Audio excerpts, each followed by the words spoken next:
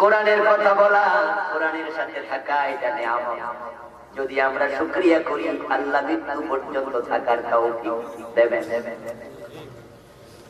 আমরা কোরআন থেকে মৃত্যু পর্যন্ত বিচ্ছিন্ন হতে চাই না। অথচ সেই জমিনে এমন আলেমও আছে, কিছু টাকা দিলে কোরআনের কথা আর বলে না, কিছু হাদিয়া দিলে নাস্তিকের সাথে হাত মিলায়, এমন আছে না নাই? একটা মামলার বই দেখাইলে আর খুঁজে পাওয়া যায় না, চুপ হয়ে যায়। দুনিয়ার লোকে পড়ে হালুয়া রুটির বাগও খেতে চায়, না? আমরা তাদের অন্তর্ভুক্ত হতে চাই না। আমরা ইব্রাহিম নবীর মতো তৌফিক চাই, আগুন দেখেও আমরা ভয় পেতে চাই না। আমরা মুসা আলাইহিস সালামের মতো আল্লাহর কাছে তৌফিক চাই, সামনে সমুদ্র দেখেও তিনি ভয় পান নাই, বরং তিনি বলেছিলেন ইন্না মাইয়া রাব্বি সাইয়াহদিন, ভয়ের কোনো কারণ নাই, আমার সাথে আছে কে? এই জন্য হেদায়েতের পথ তারা সলিডভাবে দেখাইছে, ওরা ছাড়া আর কেউ দেখাতে পারবে না। তাই হেদায়েত পেতে চাইলে নবী রাসূলের আদর্শের বাহিরে যাইবা না। তুমি যারা আজকে হক্কানি পীর বলো, এমন হক্কানি পীর বাংলাদেশে দেখা যায়, তাদের সামনে হাজারো জুলুম হয়, অন্যায় হয়, তারা মুখ ফুটে প্রতিবাদটাও করে না। কিসের হক্কানি পীর সে? ও বন্ধু আমার, আপনি যদি হক কথা না বলে চুপ করে থাকেন, আপনি তো মুমিন থাকা নিয়ে টানাটানি লাগবে। সাকিতুল হক শয়তানুল আখরাস, যে ব্যক্তি হক কথা বলবে না, চুপ থাকবে, সে বোবা শয়তান হওয়া লাগে। অন্যায়ের প্রতিবাদ করবা না, হকটা বলবা না, তুমি মুমিন থাকবা কেমনে? হক্কানি পীর হওয়া তো আরো দূরের কথা। আজকে আপনি আরামে থাকার জন্য নবী মাইর খাইছে, হক কথা বলে সাহাবারা মাইর খাইছে, আপনি ভালো করে বুঝেন। তাই আপনি এমন ভাবে কথা বলেন, কেউ বিরক্ত হয় না, কেউ পথে দাঁড়ায় না, সবাই হালুয়া রুটি খাওয়ায়, সবার সাথে তাল মিলায়া নবী মুহাম্মদ চলতে পারে না, আর আপনি এর নাম হিকমত দিয়েছেন। এটা হিকমত হতে পারে না। যারা মুনাফিক তারাই সবার সাথে তাল মিলায়া চলে। মদ পান করলে আশীর্বাদ লাগানোর বিধান ইসলামে আছে না নাই? কিন্তু বাংলাদেশে আসেনি।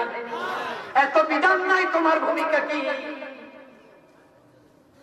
আল্লাহর আইন কায়েমের ব্যাপারে কথা বলো না, তোমার মুরিদ তোমারে কয় হক্কানি পীর। কারণ তুমি জানো আল্লাহর আইনের কায়েমের পক্ষে কথা বললে জেলখানার কয়েদি হওয়া লাগে, বিনা দোষে মামলা খাওয়া লাগবে, বাড়িতে ঘুমাইতে পারবে না, তোমার খানকা টিকবে না, তোমার জেলখানায় ঢুকাবে, আবার বেশি কথা বললে ফাঁসির আসামিও বানাইয়া দিতে পারে। আল্লামা মামুনুল হক সাহেব কিছু হক কথা বলা শুরু করছে, এখন হত্যা মামলার আসামি বানানোর উপায়ে তারা চলছে। কেন কেন কেন? আমার বন্ধু, হক বলতে গেলে বিপদ আছে। এটা নতুন না পুরাতন? কথা বলতে হবে, হক বলতে গেলে বিপদ আছে। এটা কি নতুন না আগের? এটাই নিয়ম। চুপ করে থাকো, বাবার শত্রু নাই।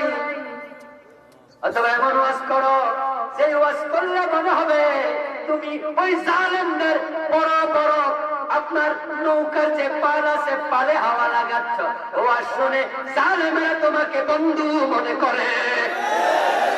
এমন বক্তাও আছে না নাই?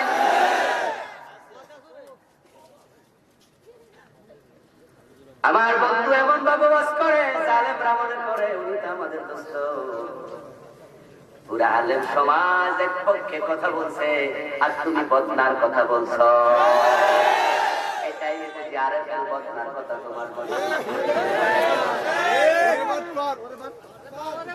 আমার ভাইয়েরা, আপনাকে আমাকে হক্কানি চিনতে হলে হকের কাছে যাইতে হবে। আল্লাহর দ্বীন জমিনে আল্লাহর দ্বীন কায়েমের কথা যারা বলে না, পীর হোক, বুজুর্গ হোক, বক্তা হোক, ইমাম হোক, আলেম হোক, তারা হক্কানি হতে পারে না। নবীদের দাওয়াত যারা মেনেছে তারাই জান্নাতের পথ পেয়েছে। কিন্তু জাতির জন্য বড় পরিতাপ, ওই হিতাকাঙ্ক্ষী নবীদেরকে তারা ভুল বুঝেছে, তারা আক্রমণ করেছে, তারা পাথর মেরেছে, তারা আগুনে ফেলেছে, তারা করাত দিয়ে দুই টুকরা করেছে, কিন্তু নবীরা দাওয়াতি কাজ থেকে দূরে সরেন নাই। আমরা যারা কোরআনের পক্ষে কথা বলি, আমাদেরও সেই আদর্শ গ্রহণ করা লাগবে। আমরা প্রয়োজনে রক্ত দেব, প্রয়োজনে জেলে যাব, প্রয়োজনে শহীদ হব, হক কথা থেকে বিরত হব না।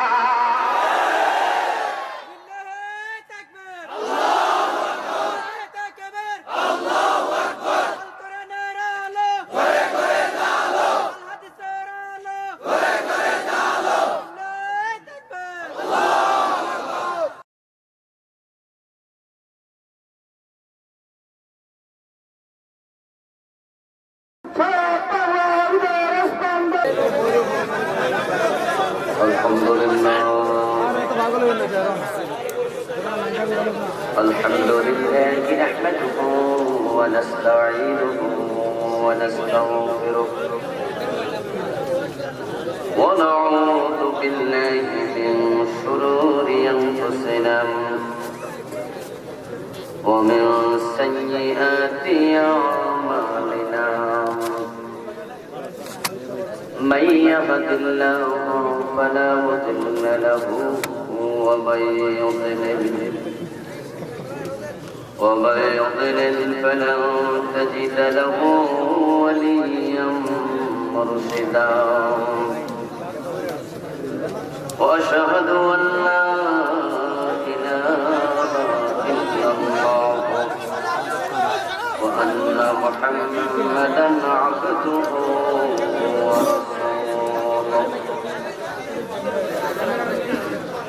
أما بعد فقد قال الله تعالى في كلامه المجيد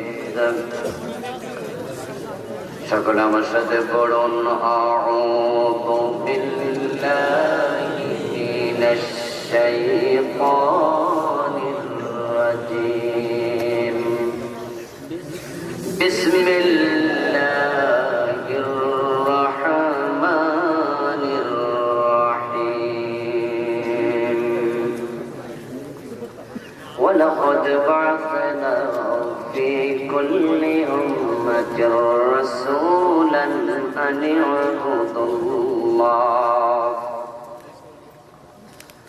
أن اعبدوا الله واجتنبوا الطاغوت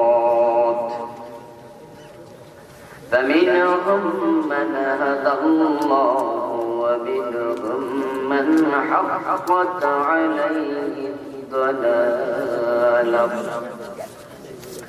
فسيروا في الأرض فانظروا كيف كان عاقبة المكذبين قال النبي صلى الله عليه وسلم ذاق طعم الإيمان من رضي بالله ربا وبالإسلام دينا وبمحمد نبيا ورسولا أو كما قال النبي عليه الصلاة والسلام সকলে মেহেরবানি করে দুরূদ ইব্রাহিম পড়ুন আল্লাহুম্মা সাল্লি আলা মুহাম্মাদিন ওয়া আলা আলি মুহাম্মাদ কামা সাল্লাইতা আলা ইব্রাহিম ওয়া আলা আলি ইব্রাহিম إنك حميد مجيد اللهم بارك على محمد وعلى آل محمد كما باركت على إبراهيم وعلى آل إبراهيم إنك حميد مجيد اللهم صل وسلم وبارك عليه قرباي مبارك যুব সমাজের উদ্যোগে আয়োজিত আজকের এই 24তম তাফসীরুল কোরআন মাহফিলের মুআজ্জাজ মুকাররম সম্মানীয় সভাপতি মুহতারাম হযরত মাওলানা মুসলিহ উদ্দিন সাহেব আজকের মাহফিলের সম্মানীয় প্রধান বক্তা হিসাবে বাদ মাগরিব যিনি আলোচনা করেছেন, নন্দিত মুফাসসির কুরআন, বিশিষ্ট ইসলামী চিন্তাবিদ, আমাদের সকলেরই সুপরিচিত বক্তা মুহতারাম প্রিয় ভাই আবু নসর আশরাফী সাহেব। আমার পূর্বে কোরআন এবং সুন্নাহ থেকে অত্যন্ত চমৎকার ভাবে এতক্ষণ আলোচনা করেছেন বিশিষ্ট ইসলামী চিন্তাবিদ মুহতারাম মাওলানা সাইফুল ইসলাম জিহাদি সাহেব, মুহতারাম মাওলানা ইমদাদুল্লাহ সাহেব সহ অন্যান্য সম্মানীয় আলোচকবৃন্দ, মুহতারাম উলামায়ে কেরাম, ইসলাম প্রিয় তৌহিদি জনতা, পর্দার অন্তরালের সতী সাধুজি মা ও বোনেরা, আপনারা সবাই কেমন আছেন? মাশাআল্লাহ, আমিও আলহামদুলিল্লাহ ভালো আছি। আল্লাহ তাআলা আমাদের সকলকে ভালো রাখুন, সুস্থ রাখুন, ঈমানের সাথে রাখুন। ধন্যবাদ জানাচ্ছি হোটেল আম্মা জানের মালিক, যিনি মাহফিলের পোস্টারগুলো করে দিয়েছেন, লিফলেটগুলো করে দিয়েছেন। আল্লাহ তার ব্যবসার মাঝে বরকত দান করুন।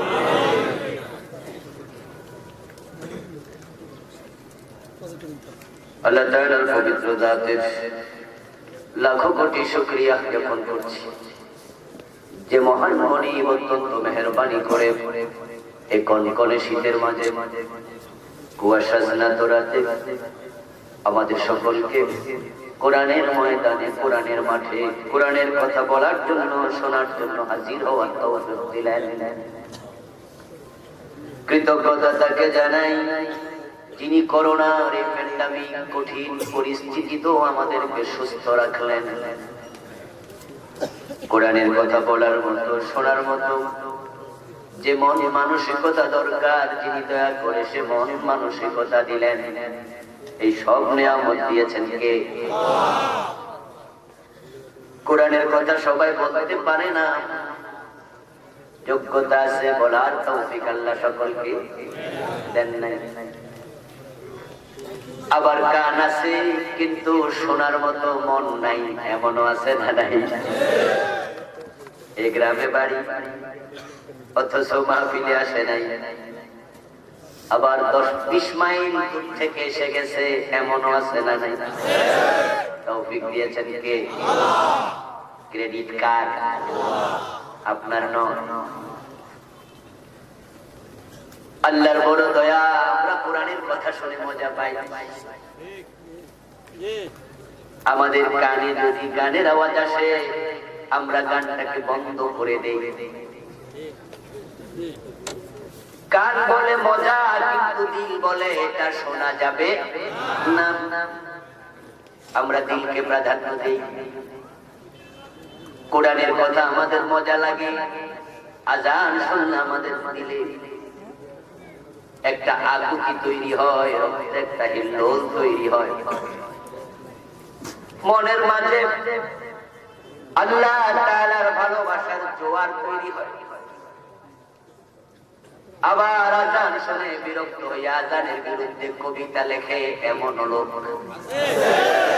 আছে না? তৌফিক আল্লাহ দেয়, আবার আল্লাহ তৌফিক থেকে বঞ্চিত করে দেয়। বাংলাদেশেরই কবি কায়কুবা চমৎকার করে লিখেছেন, ওই সোনালো মোরে আজানের ধ্বনি, মর্মে মর্মে সেই সুর বাজিল কি সুমধুর, আকুল হইল প্রাণ নাচিল ধমনী। ঠিক না? আজান শুনলে প্রাণ আকুল হয়, ধমনী নাচে। কবি নজরুল কবরে গিয়েও আজান শুনতে চান,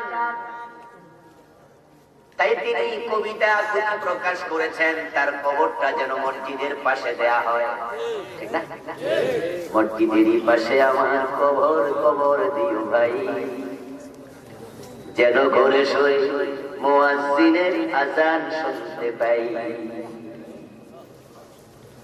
আবার এই দেশের আরেকজন লিখে, আজান নাকি বেশ্যা নারীর খদ্দের আহ্বানের মতো। কপাল পোড়া, কপাল পোড়া। মাহফিলে আসা, মাহফিলে বসা, কোরআন তেলাওয়াত করা, কোরআন তেলাওয়াত শোনা, কোরআনের সাথে থাকা, কোরআনের কথা বলা, এই সব আল্লাহর নিয়ামত ওসমা, অনেক বড় নিয়ামত। হযরত বেলালকে আল্লাহ তাআলা এই নিয়ামত দিয়েছিলেন, আবু তালেবকে সে আল্লাহ এই নিয়ামত থেকে বঞ্চিত করে রেখেছিলেন। আবু তালেব বিশ্ব নবীর ঘরের লোক, বাড়ির লোক, রাসূলুল্লাহকে কোলে পিঠে করে মানুষ করেছিল আবু তালেব। 50 বছর একসাথে ছিলেন। রাসূলুল্লাহ কালেমা দিতে চান, আবু তালেব নেয় না। আবার হযরত বেলালের গলায় রশি লাগায় টানে, বেলাল কালেমা ছাড়ে না। কি বৈরিতা! দুইজন, দুই কোণার মানুষ, একজনকে কালেমা দিতে চায়, তিনি নেয় না। আরেকজনের গলায় রশি লাগায় টানে, কালেমা ছাড়, তিনি কয় কালেমা ছাড়বো না। এই জন্য আমরা যে যতটুকু ইবাদত করতে পারি, ছোটখাটো ইবাদত আমাদের যতটুকু হয়, আমরা কখনো এটা দাবি করব না আমি করছি, বরং আমি বলবো করার তৌফিক দিয়েছেন কে? এখন আল্লাহর নিয়ামত পাওয়ার পরে আমাদের কাজ হলো লা ইন শাকারতুম লাযীদান্নাকুম। আল্লাহ বলেন তোমরা যদি কৃতজ্ঞ হও আমি অবশ্যই নিয়ামত আরো বাড়ায় দেব। কোরআনের কথা বলা, কোরআনের সাথে থাকা, এটা নিয়ামত। যদি আমরা শুকরিয়া করি, আল্লাহ মৃত্যু পর্যন্ত থাকার তৌফিক দেবেন। আমরা কোরআন থেকে মৃত্যু পর্যন্ত বিচ্ছিন্ন হতে চাই না। অথচ এই জমিনে এমন আলেমও আছে, কিছু টাকা দিলে কোরআনের কথা আর বলে না, কিছু হাদিয়া দিলে নাস্তিকের সাথে হাত মিলায়, এমন আছে না? নাই? একটা মামলার বই দেখাইলে আর খুঁজে পাওয়া যায় না, চুপ হয়ে যায়। দুনিয়ার লোকে পড়ে হালুয়া রুটির বাগও খেতে চায়, না? আমরা তাদের অন্তর্ভুক্ত হতে চাই না। আমরা ইব্রাহিম নবীর মতো তৌফিক চাই, আগুন দেখেও আমরা ভয় পেতে চাই না। আমরা মুসা আলাইহিস সালামের মতো আল্লাহর কাছে তৌফিক চাই, সামনে সমুদ্র দেখেও তিনি ভয় পান নাই, বরং তিনি বলেছিলেন ইন্না মাইয়া রাব্বি সাইয়াহদিন, ভয়ের কোনো কারণ নাই, আমার সাথে আছে কে?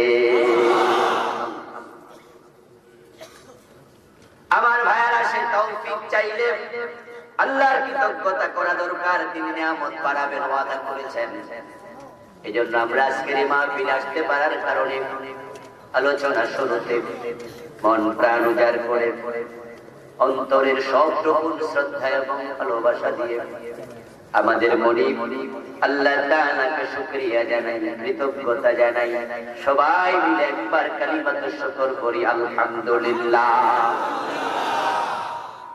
দরুদ ও সালাম বিশ্ব নবী সাইয়্যিদুল মুরসালিন ইমামুনা কুদওয়াতুনা হাবিবুনা সানাদুনা ওয়াসওয়াতুনা কুদওয়াতুনা তাবিবুনা তাবিবু আরওয়াহিনা মুহাম্মাদুর রাসূলুল্লাহ সাল্লাল্লাহু আলাইহি ওয়াসাল্লামের উপর সাহাবায়ে কেরাম ও শুহাদায়ে জামিল আলা ইল্লিয়িন আল্লাহ তাআলার কাছে কামনা করছি, বলুন আমিন। সম্মানীয় ভাইয়েরা, আমি আপনাদের সম্মুখে পবিত্র কুরআন মাজিদ থেকে সূরাতুন নহলের 36 নম্বর আয়াত তেলাওয়াত করেছি। বিশ্ব নবীর পবিত্র মুখ অনুসৃত একখানা ছোট্ট হাদিসে নববী পাঠ করেছি। আল্লাহ তাআলা তৌফিক দান করলে এখান থেকে কিছু কথা বলবো। ওয়া মা তৌফিকি ইল্লা বিল্লাহ। আল্লাহ তাআলা সূরা নহলের 36 নম্বর আয়াতে বলেন, ওয়ালাকাদ বা'আসনা ফী কুল্লি উম্মাতিন রাসূলা। অবশ্যই আমি প্রত্যেক জাতির কাছে রাসূল পাঠিয়েছি। ওয়া ইম মিন উম্মাতিন ইল্লা খালা ফিহা নাযীর। এমন কোন জাতি অতিবাহিত হয় না যাদেরকে জাহান্নামের ভয় দেখানোর জন্য ভয় প্রদর্শনকারী পাঠাই নাই। লিকুল্লি কওমিন হাদ, প্রত্যেক জাতির জন্য হেদায়েতকারী নবী রাসূল আমি পাঠাইছি। একটা জাতিও বাদ করে নাই, বরং প্রত্যেক জাতির কাছে আমি নবী রাসূল পাঠিয়েছিলাম। নবী এবং রাসূল পাঠানো এটা আল্লাহ তাআলার মানবতার প্রতি, মানব জাতির প্রতি অনেক বড় করুণা, অনেক বড় দয়া, অনেক বড় দয়া। কারণ যদি নবী রাসূল না পাঠাতেন আমরা জান্নাতের পথ খুঁজে পেতাম না, অসম্ভব ছিল। এখন আমাদের দেশের পীর সাহেব হুজুররা মানুষকে জান্নাতের পথ দেখাচ্ছে। এখন যখন কোন পীরের আমাদের ভালো না লাগে, তার পথ দেখানো, তার রীতি, তার আমল, তার সিস্টেম আমাদের ভালো লাগে না, আমরা বলি সে ভণ্ড। যারটা ভালো লাগে তারটাকে আমি বলি হক্কানি।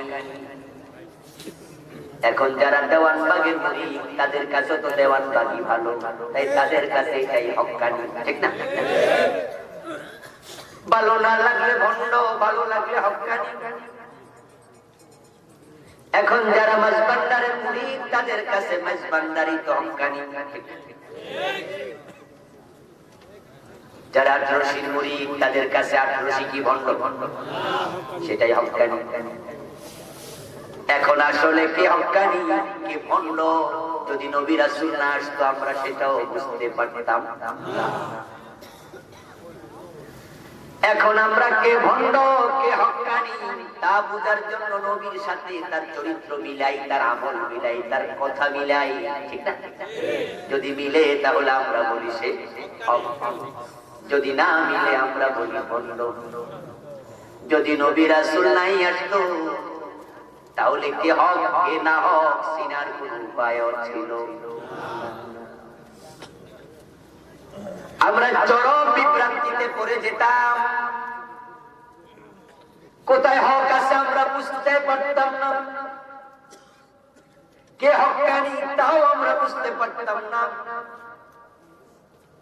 হযরত আলী রাদিয়াল্লাহু তাআলা আনহুর কাছে এক ব্যক্তি গিয়ে প্রশ্ন করলেন, কাইফা নারিফু আলাল হক? ক্বালা আরিফিল হাক্কা তারিফ আহলাহু।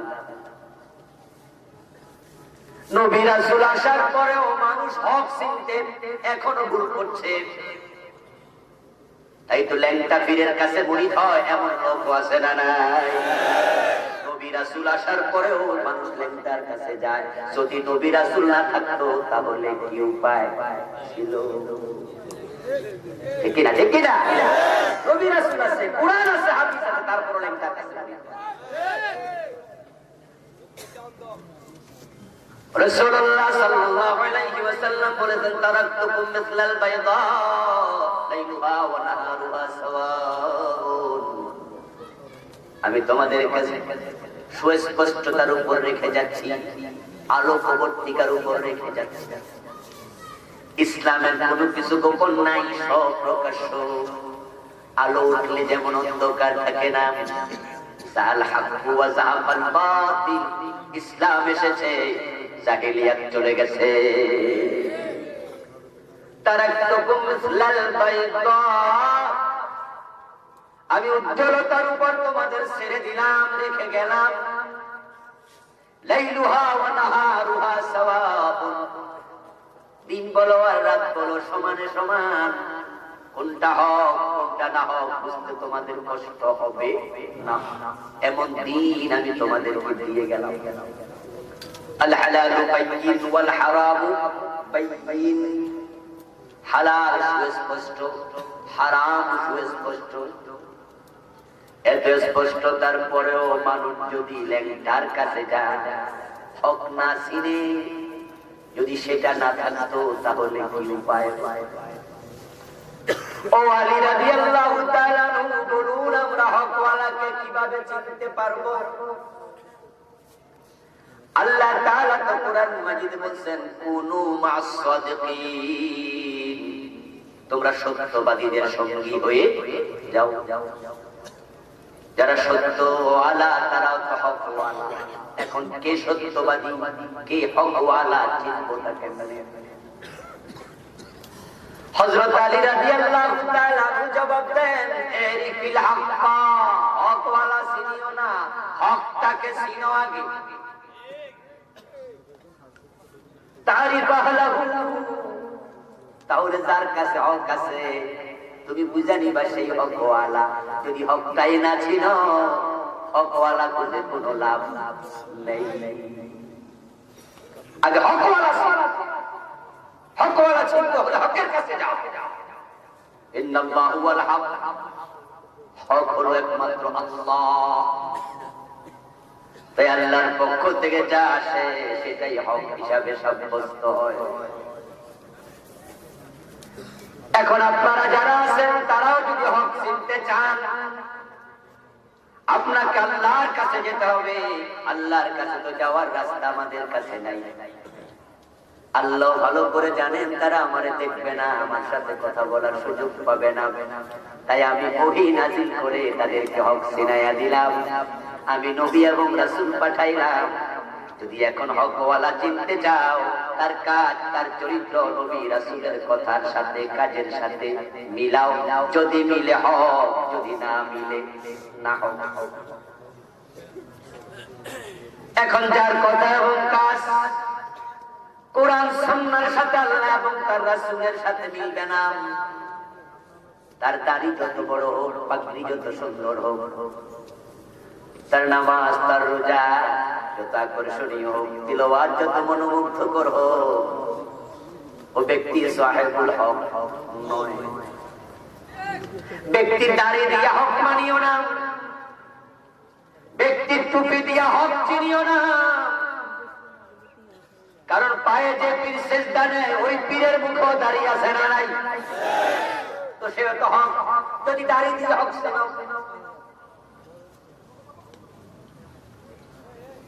এইজন্য হযরত লাইস বিন সাদ রাদিয়াল্লাহু তাআলা আনহু বলছিলেন, তাফসীর ইবনে কাসির এসেছে, ইবনে কাসির প্রণেতা বলেন তাফসীরে ইবনে কাসিরের উদ্ধৃতি, ইদা রাআইতুমুর রাজুলা ইয়ামশি আলাল মা ওয়া ইয়াতিরু ফিল হাওয়া فلا تغتروا به حتى تعرضوا امره على الكتاب والسنه।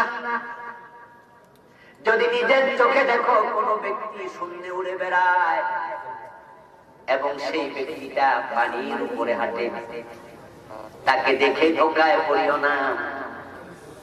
তাকে কারামতওয়ালা আহলে হক মনে করে ওলি ঘোষণা দিও না। হাত্তা তুরিদু আমরাহু আলাল কিতাবি ওয়াস সুন্নাহ, যতক্ষণ তার কাজ কর্ম কুরআন সুন্নাহর সাথে না মিলাবে। যদি মিলে তাহলে গ্রহণ করো, না মিললে সে আকাশে উড়বে, পানিতে হাঁটবে, সে ওলি নয় বরং সে জাদুকর হতে পারে।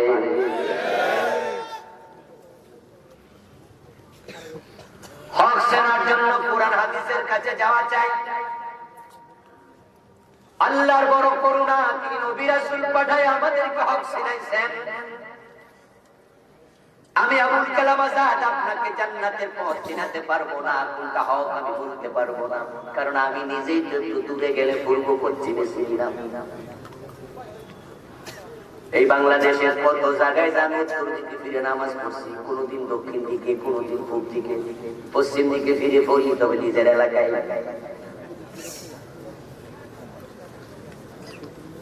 আমি 2003 সাল থেকে পারুগেটে একটা কামিল মাদ্রাসায় পড়াচ্ছি।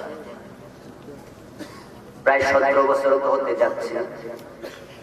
আমার বাসাটা ফার্মগেটে, কিন্তু ফার্মগেট রাস্তার বাম পাশে ওখানে একটা মার্কেট আছে, নাম ফার্ম ভিউ মার্কেট।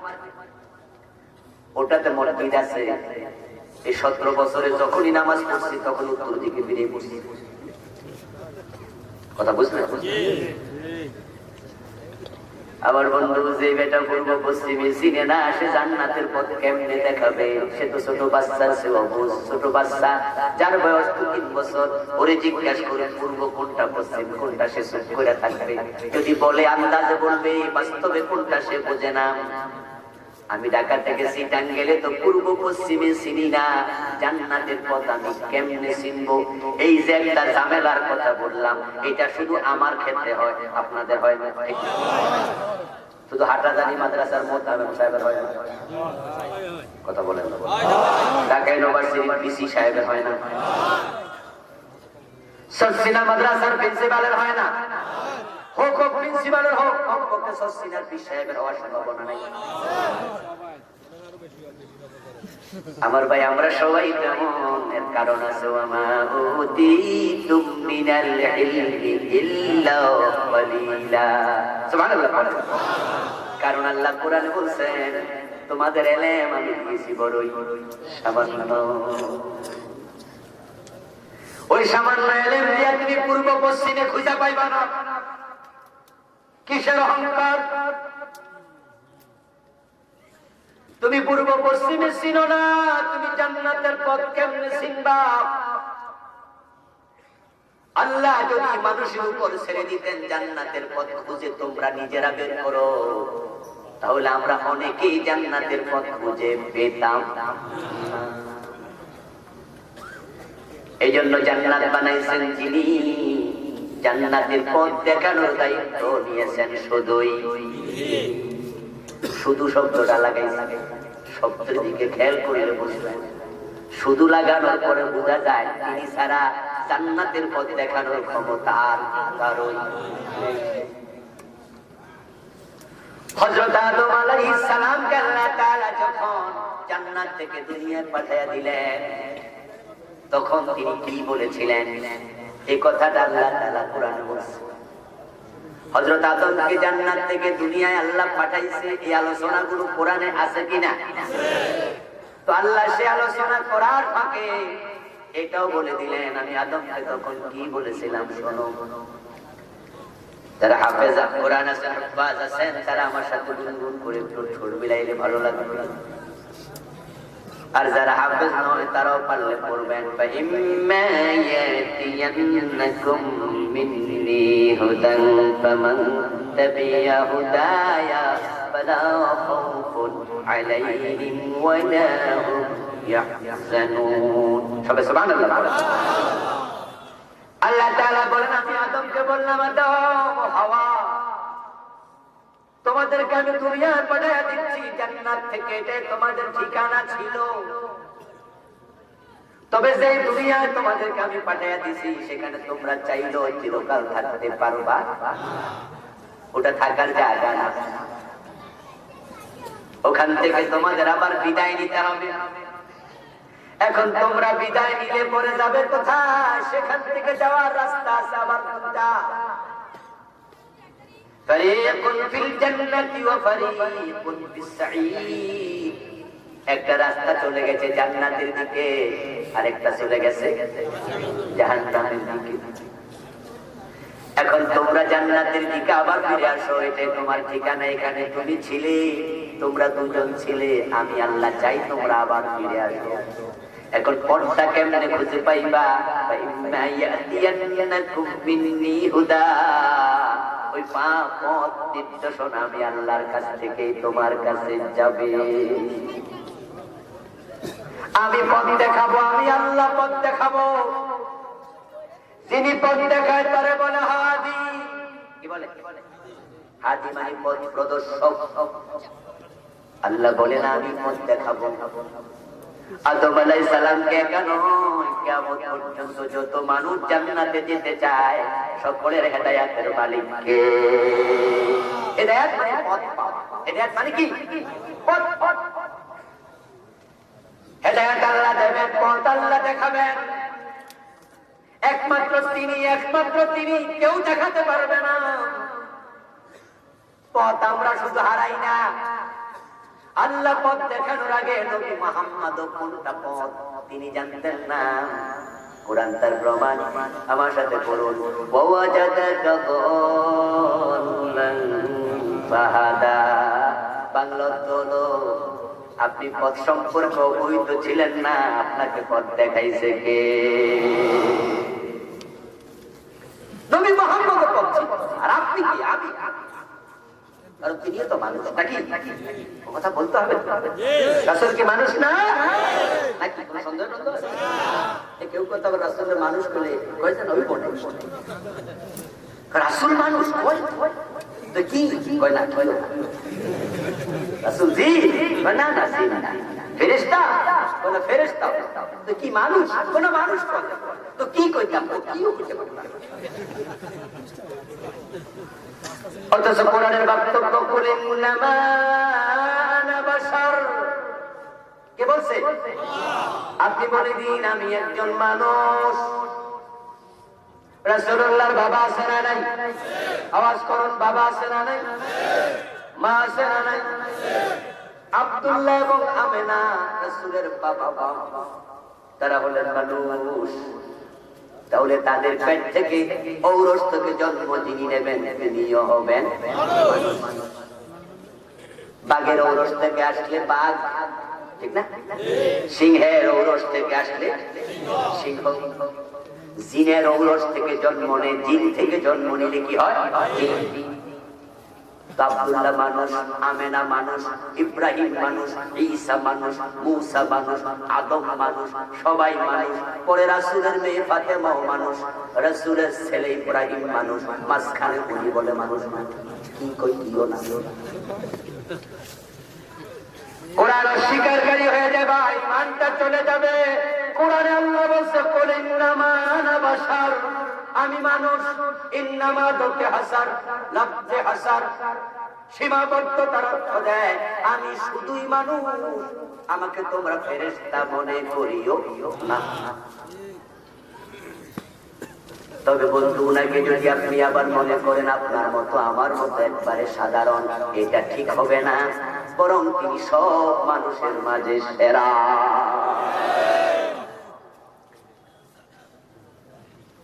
রাসূলকে যদি কেউ ফেরেশতা বলতে চায় তার দাম বাড়বে না কমবে? মাশাআল্লাহ, সবচেয়ে ভালো আওয়াজ আমরা কারোর যদি দেখি সে ভালো, আমরা কই যে বাবা রে বাবা রে ফেরেশতার মতো, আমরা মনে করি ফেরেশতা করে দাম বেড়ে আসবে। অথচ শ্রেষ্ঠ মাখলুক ফেরেশতা না মানুষ?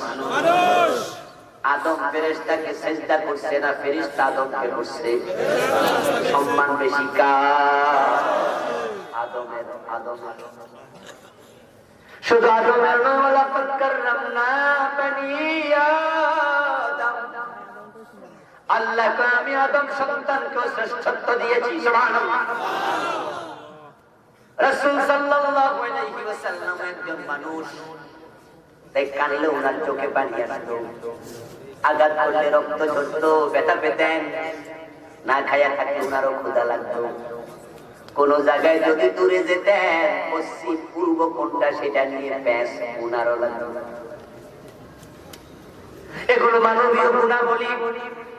আল্লাহ তাআলা ওয়াজাদাকা দাল্লান ফাহাদা, তিনি আপনাকে পেয়েছেন, আপনিও পথ কোনটা জানতেন না, আপনাকে পথ দেখিয়েছে যে আল্লাহ, আপনার উম্মতকে পথ দেখাবে সে আল্লাহ।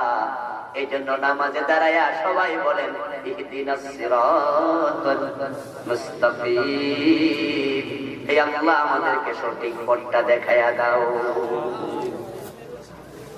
আল্লাহ তাআলা কোরআনে বলেন মা কুনতা তাদরি মাল কিতাব ওয়ালাল ঈমান, ও নবী ওহী আসার আগে ঈমান কাকে বলে, কিতাব কি জিনিস সেটা আপনিও জানতেন না, আমি আল্লাহ জানাইছি।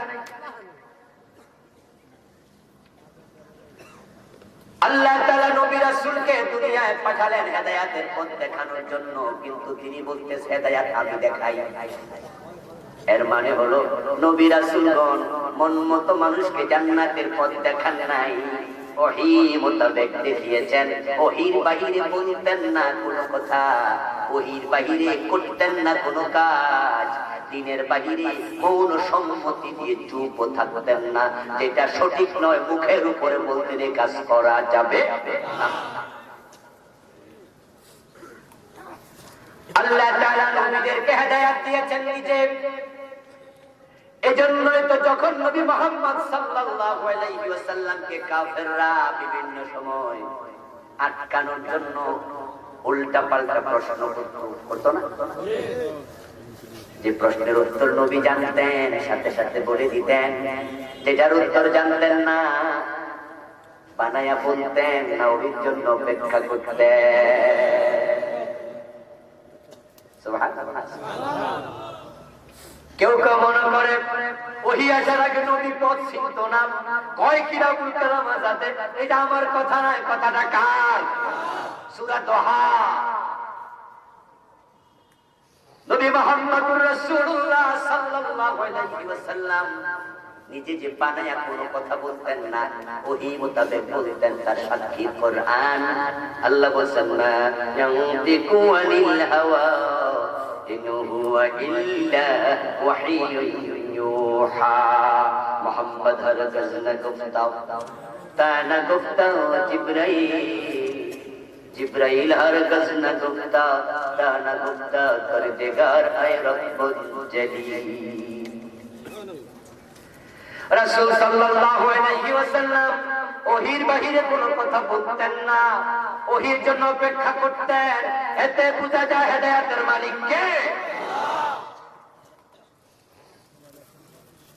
উনারা বলতে চাবে তালেবকে তিনি হেদায়েত দিতে চেয়েছিলেন এত আবেগের সাথে চেয়েছেন, আবু তালেব মরে যাবে, মৃত্যু শয্যায় শায়িত। রাসূল সাল্লাল্লাহু আলাইহি ওয়াসাল্লাম আবু তালেবের বালিশের পাশে বসলেন, মাথার পাশে একবারে বালিশটাকে ঠেকাইয়া গায়ের সাথে কাছে বসে বলেন, আপনি আমার প্রিয় চাচা, قل لا إله إلا الله كلمة أشهد لك بها عند الله। একটাবার কালেমা পড়ে মরে যাও, বাকি দায়িত্ব আমি নিলাম। আমি সাক্ষী দেব, আমি সাক্ষ্য দেব আপনি ঈমানওয়ালা ছিলেন, শুধু কালেমাটা পড়ে মরেন। আবু তালেব চুপ হয়ে গেল, কোনো কথা বলল না। রাসূল সাল্লাল্লাহু আলাইহি ওয়াসাল্লাম কিছুটা আশান্বিত হলেন। তিনি ভাবলেন চাচা কনফিডেন্স হয়েছে, চাচাকে আমি রাজি করাতে পেরেছি, কিন্তু বালিশের অপর পাশে আবু জেহেল বসা। আবু জেহেল বলতেছে, সাথে ছিল আরেকটা আবু জেহেল, তার নাতি আব্দুল্লাহ ইবনে আবি উমাইয়া, আরেক আবু জেহেল। দুইজনে সমস্বরে কয়, আবু তালেব মরার সময় বুঝি কাফের হইয়া মরবা? ফতোয়া দিচ্ছে বাপ দাদার ধর্ম ত্যাগ করবা, মরার সময় বুঝি কুফরি করবা, বাপ দাদার ধর্ম স্বীকার করবা। আবু তালেব আবার মাথাটা একটু তুলেছে, রাসূলের দিকে তাকায়া কয়, লাউলা আন তুআজ্জিরুনি কুরাইশুন লাআকরারতু বিহা আইনাক। وكان آخر ما كلمهم هو على ملة عبد المطلب। আবু তালেব একটু মাথা তুলে চোখটা বড় করে বলছে, ও আমার প্রিয় ভাতিজা, যদি এই কুরাইশের লোকেরা কালেমা পড়লে আমাকে তারা বিভিন্ন বিরোধ শব্দে মন্তব্য করবে, আমাকে গালিগালাজ করবে, আমার কাফির ফতোয়া দিয়া পুরো মক্কার মানুষের সামনে ছোট করবে, এই আশঙ্কা আমি না করতাম। আকরারতু বিহা আইনাক, তোমার চোখের সামনে আমি কালেমাটা পড়ে ফেলতাম, কিন্তু আমার মরার পরে মানুষ আমার হেয় করুক এটা আমি চাই না, তাই আমি বাবার ধর্মের উপরে আছি। নাউজুবিল্লাহ বলবেন না? আরে ভাই, তাকবীর ঈমান নাই, হিদায়াত আল্লাহ দেয় নাই,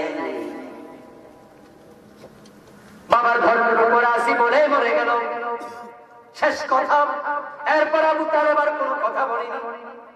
কানা আখিরু কালামিহি কাল্লামাহু, শেষ কথা যেটা, হুয়া আলা মিল্লাতি আব্দুল মুত্তালিব, সে তার বাবার ধর্মের উপরে আছে বলে শেষ। বিশ্বনবী কান্না শুরু করে দিলেন, উনি বড় কষ্ট পেলেন। হায়রে, কত কবিরা গুনাহগার উম্মতকে সুপারিশ করে জান্নাতে নেব, কিন্তু চাচা তো কাফের মুশরিক অবস্থায় বলল সুপারিশ কার্যকর হবে না, আমি সুপারিশ করার অনুমতিও পাবো না। লিল্লাহি শাফাআতু জামিআ, নবী চাইলে সুপারিশ করে ফেলবে তা নয়, সবটা সুপারিশ আল্লাহর হাতের মুঠোয় থাকবে। ওয়ালা ইয়াশফাউনা ইল্লা লিমান ইরতাদা, আল্লাহ কোরআনের আয়াতে বলেন, যারা সুপারিশকারী হবে নবীগণ সুপারিশ করবেন, শহীদগণ সুপারিশ করবেন, আলেমগণ সুপারিশ করবেন, আল্লাহওয়ালারা সুপারিশ করবে, কিন্তু তাদের মন মতো নয়। ইল্লা লিমান ইরতাদা, সুপারিশ শুধু তার জন্যই করবেন যার উপরে আল্লাহ রাজি থাকবে। রাসূল সাল্লাল্লাহু আলাইহি ওয়াসাল্লাম কান্না শুরু করে দিলেন, বাচ্চা মানুষের মতো কাঁদতে থাকলেন। আল্লাহ ওহী নাযিল করেন, লাআল্লাকা বাখিউন নাফসাকা আল্লা ইয়াকুনু মুমিনিন। ও আমার প্রিয় নবী, মানুষ ঈমান আনবে না, তাই আপনি কেঁদে কেঁদে নিজকে কষ্ট দেবেন কেন? কষ্ট দেয়া দরকার নেই। আপনি তো চেষ্টা করেছেন, কিন্তু হেদায়েত তো আপনার হাতে নয়। হেদায়েত কার হাতে? জোরে বলতে হবে, কার হাতে? ইন্নাকা লা তাহদি মান আহবাবতা ওয়ালাকিন্নাল্লাহা ইয়াহদি মান ইয়াশা। ও নবী মুহাম্মদ, আল্লাহ আয়াতে কারিমা নাযিল করে দিলেন, আপনি যাকে চান হেদায়েত দিতে পারবেন না, বরং আল্লাহ যাকে চান শুধু তাকে তিনি হেদায়েত দেন। পথ দেখানোর জন্য আল্লাহ তাআলা নবী রাসূল পাঠালেন। কোন পথে জান্নাত আল্লাহ নবীদেরকে দেখালেন।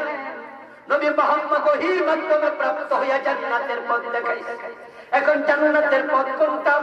হক্কানি আলেমকে। কোন ফির হক্কানি, কোন ফির ভণ্ড আপনি নির্বাচন করলে হবে না। কোন আলেম হক্কানি এটা আপনি নির্বাচন করলে হবে না। আমরা অনেক আলেমদেরকে বলি, দেখে বলে আমরা ওলামায়ে হক্কানি, মিছিল দে মিছিল, ওলামায়ে হক্কানি, ওই জিন্দাবাদ জিন্দাবাদ। বন্ধুকে হক্কানি জিন্দাবাদ কাকে দাও? তুমি যে আলেমকে সাপোর্ট করে সেই হক্কানি কেমনে বুঝলা? যদি হক্কানি চিনতে হয় তোমাকে কোরআন হাদিসের সাথে মিলাতে হবে। আবুল কালাম আজাদের কথার দাম একারাও নাই যদি কোরআন হাদিসের সাথে না মিলে।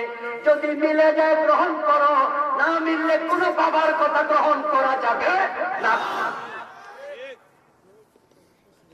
আমরা ওস্তাদ মানব নিশ্চয়ই, পীর মানব, ততক্ষণ তাদের কথা কোরআন হাদিসের সাথে মিলবে।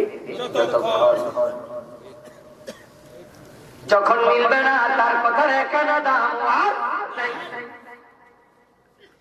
ইমাম আবু হানিফা রাহিমাহুল্লাহর মতো বিশ্ববিখ্যাত আলেম, ইমামুল আযম, ওনার উপাধি ইমামুল আযম, বড় ইমাম। ও বন্ধু, সাহাবায়ে কেরামের নামের আগে ইমাম শব্দটা ব্যবহার হয় না, কিন্তু পরবর্তী আলেম যারা কোরআন হাদিস থেকে ব্যাখ্যা করে আমাদেরকে বিভিন্ন বিষয় জানিয়েছেন, মাসআলা ইস্তেমবাদ করে, তাদের নামের আগে আছে ইমাম শাফি, ইমাম আবু হানিফা, আছে না? ইমাম মালিক, ইমাম আহমদ ইবনে হাম্বল, ইমাম সুফিয়ান আস-সাউরি। এভাবে বিভিন্ন ইমামের নাম আমরা শুনেছি। এই সব ইমামের মাঝে ইমাম আবু হানিফা হলেন ইমামুল আযম, সবার মাঝে তিনি বড়। 8 জনের মতো সাহাবীর সাক্ষাৎ পেয়েছিলেন। 80 হিজরিতে তার জন্ম। ইমাম আবু হানিফা রাহিমাহুল্লাহ বড় বড় তাবিঈদেরকে পেয়েছেন উস্তাদ হিসাবে।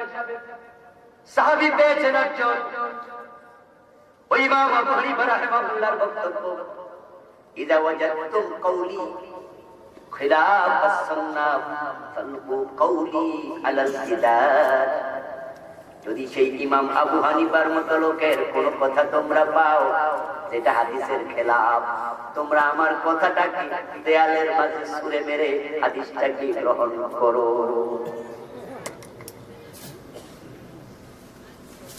হাদিসের খেলাফ বলে আমি ইমাম আবু হানিফার কথার কোনো দাম নাই।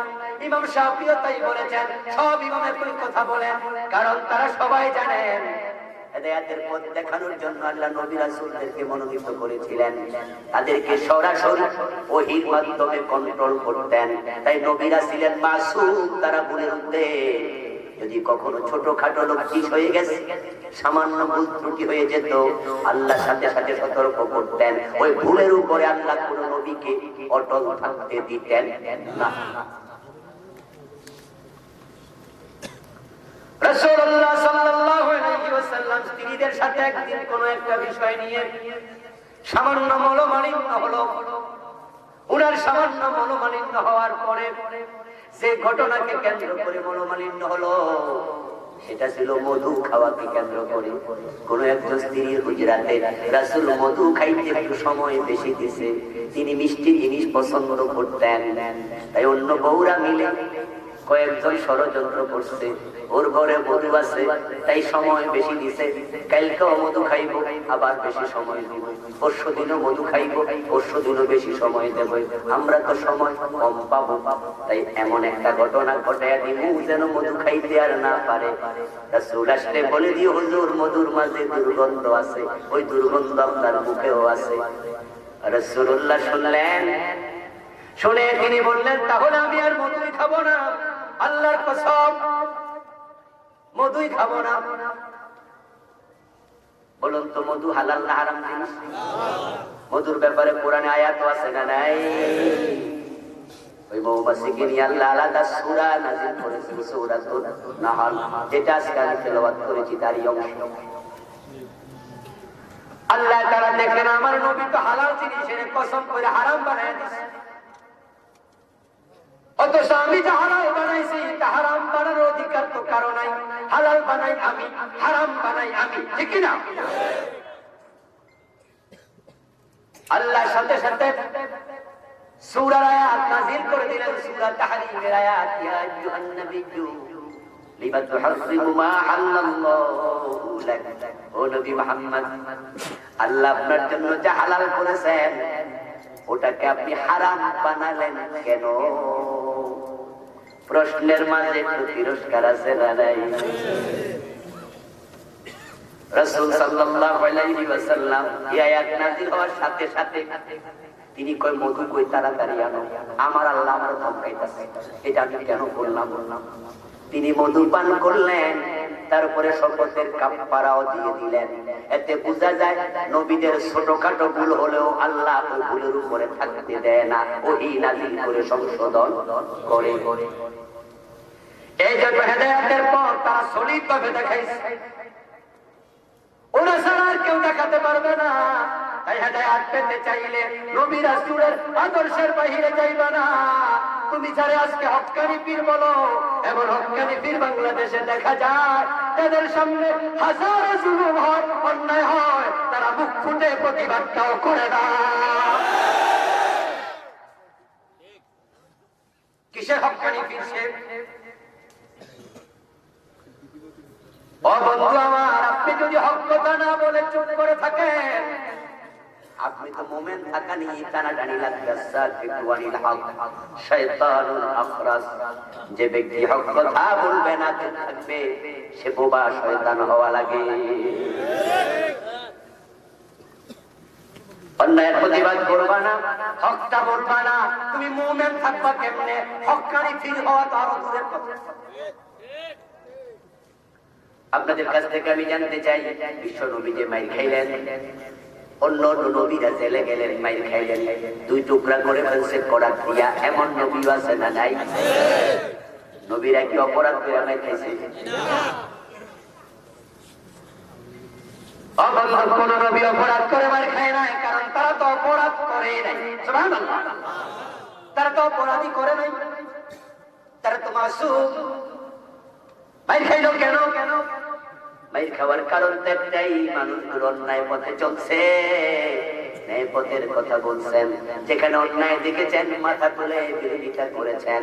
আমার বন্ধু, আজকে আপনি আরামে থাকার জন্য নবী মাইর খাইছে হক কথা বলে, সাহাবারা মাইর খাইছে, আপনি ভালো করে বুঝেন, তাই আপনি এমন ভাবে কথা বলেন কেউ বিরক্ত হয় না, কেউ পথে দাঁড়ায় না, সবাই হালুয়া রুটি খাওয়ায়, সবার সাথে তাল মিলায়া নবী মুহাম্মদ চলতে পারে না, আর আপনি এর নাম হিকমত দিয়েছেন। এটা হিকমত হতে পারে না। যারা মুনাফিক তারাই সবার সাথে তাল মিলায়া চলে।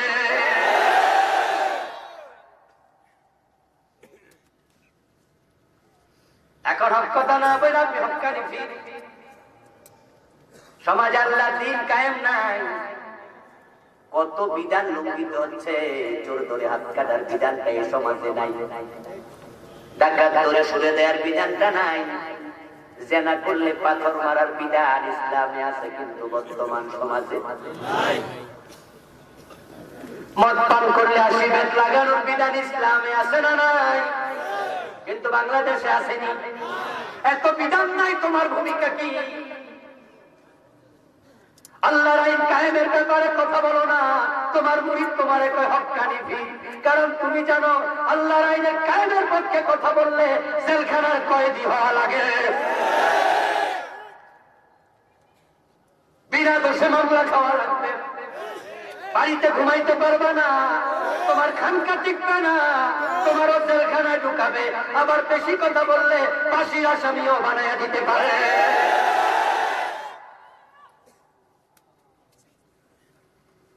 আল্লামা মামুনুল হক সাহেব কিছু হক কথা বলা শুরু করছে, এখন হত্যা মামলার আসামি বানানোর উপায়ে তারা চলছে। কেন কেন কেন? আমার বন্ধু, হক বলতে গেলে বিপদ আছে। এটা নতুন না পুরাতন?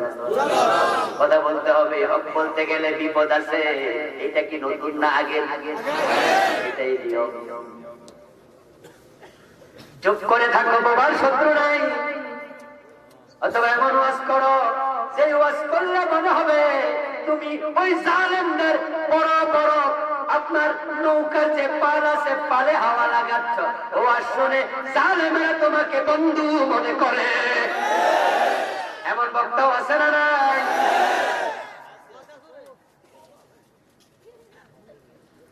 আমার বন্ধু এমন ভাবে ওয়াজ করে জালেমরা মনে করে উনি তো আমাদের দোস্ত। পুরা আলেম সমাজ এক পক্ষে কথা বলছে আর তুমি বদনার কথা বলছ। এটাই বুঝি আর এক বদনার কথা তোমার বলে। আমার ভাইয়েরা, আপনাকে আমাকে হক্কানি চিনতে হলে হকের কাছে যাইতে হবে। আল্লাহর দ্বীন জমিনে আল্লাহর দ্বীন কায়েমের কথা যারা বলে না, পীর হোক, বুজুর্গ হোক, বক্তা হোক, ইমাম হোক, আলেম হোক, তারা হক্কানি হতে পারে না।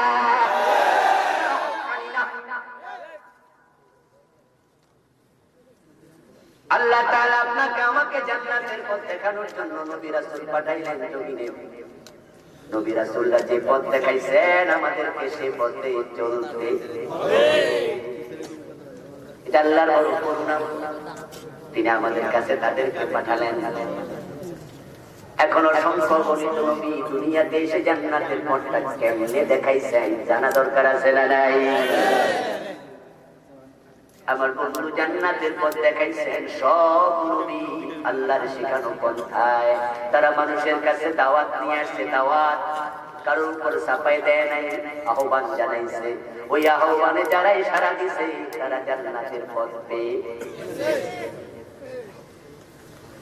নূহ নবী আলাইহিস সালাম আহ্বান করলেন, ওনার বউ সাড়া দেয় নাই। নূহ নবী 950 বছর আহ্বান করেছেন জান্নাতের পথে। কত মানুষ সাড়া দিল, ছেলে কেনান সাড়া। আল্লাহ তাআলার কাছে উনি এক পর্যায়ে অনুরোধ করলেন, খোদা দাউতু কওমি লাইলান ওয়া নাহারা, দিন এবং রাতে তাদেরকে আমি দাওয়াতটা তো দিছি। কি দিছি? দাওয়াত দিছি, আহ্বান করেছি, জোর করি না, চাপায়া দেই না। দিন এবং রাতে আহ্বান করেছি, কিন্তু তারা পলাইছে, শুনে নাই। রব্বি লা তাদার আলাল আরদি মিনাল কাফিরিনা তাইয়ারা। আমি বুঝে গেছি তারা ঈমান আনবে না, তাদেরকে তুমি আর ছাড় দিও না, শেষ করে দাও, ঘরবাড়ি শেষ করে দাও।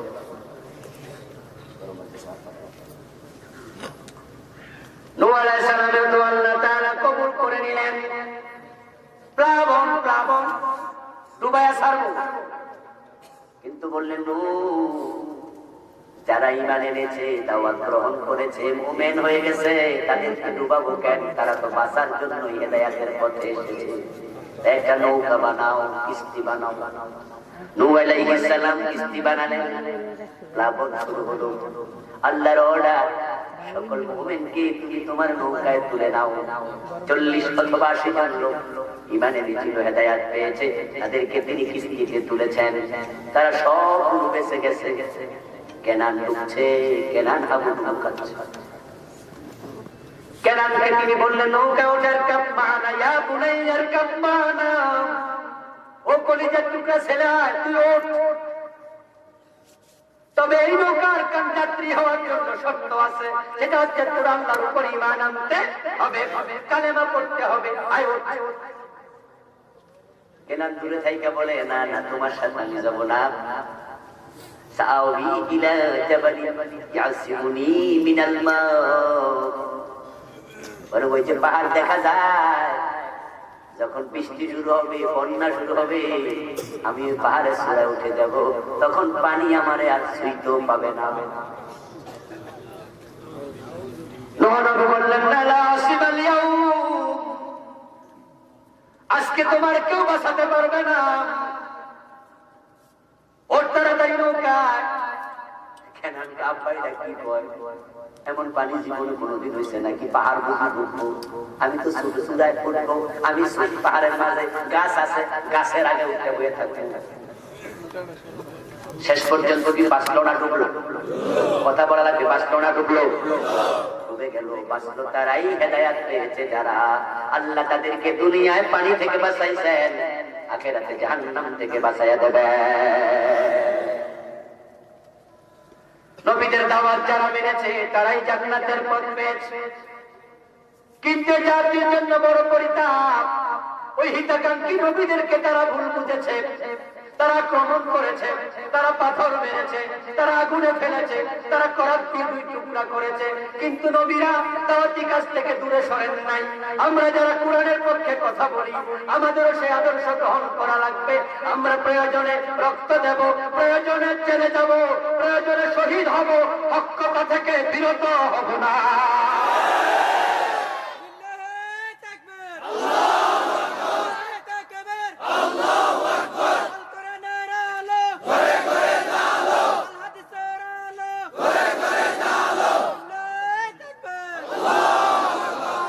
আমার বন্ধু, আমরা যদি হকের পথে একমত হয়ে যেতে পারি, আলেম ওলামারা দেখবেন হকের বিজয় শুনেছি। হকের সামনে কোনদিন মিথ্যা তোপে টিকে না। হকের সামনে মিথ্যা পরাজিত হয়। ইন্নাল বাতিলা কানা যাহুকা, আল্লাহ নিজে বলছেন বাতিল পরাজিত হবে। কয়েকদিন আগে আমরা দেখেছি টেলিভিশনের একটি টক শোতে শাহরিয়ার কবিরের সাথে এনায়েতুল্লাহ আব্বাসী সাহেবের বিশাল একটা বহস হয়েছে, ঠিক না? আব্বাসী সাহেবের সাথে আমার বিভিন্ন মাসালা দ্বিমত ছিল। উনি আলহামদুলিল্লাহ অনেক মাসালা থেকে এখন সরে এসেছেন, হকের পক্ষে চলে এসেছেন। উনি হকের পক্ষে চলে আসলে উনিও আমার বন্ধু হয়ে যাবেন। আমরা ওনার অ্যাপ্রিসিয়েট করছি, প্রশংসা করছি। ওই ডিবেটের মাঝে, বিতর্কের মাঝে যখন তিনি সত্য কথাগুলো যুক্তির নিরিখে দৃঢ়ভাবে তুলে ধরেছেন, তখন ইসলাম বিদ্বেষী শাহরিয়ার কবির মাথা নিচু করে বসে থাকতে বাধ্য হয়েছে। এটাই নিয়ম, এটাই নিয়ম। সত্য যখন প্রকাশিত হয়, মিথ্যা পালানোর পথ খুঁজতে থাকে। কিন্তু পরিতাপ, আজকে সত্যপন্থীরা চতুর হয়ে ঢুকছে। ভয় পাচ্ছে তারা কি কোন জায়গা দিয়ে কি করে। পরিবেশটাও প্রতিকূল, এটাও সত্য কথা। কারণ কেউ কয় খেলা হবে, ঠিক না? কেউ কয় কারমট খেয়ে দেবো। আবার কয়েকদিন আগে একজন আইনের পোশাক পইরা কয় হাত পাইয়া দেবে। আমার ভাইরাই হুমকি তমকি তারা কেন দেখায়? কারণ তারা বুঝে গেছে এই জমিনে আর আমাদেরকে যদি ভয় পাওয়ানো না যায়, তারা যদি পিছনে হটানো না যায়, তারা সামনে আগাইলে কোরআনের বিজয় ঠেকানো যাবে না।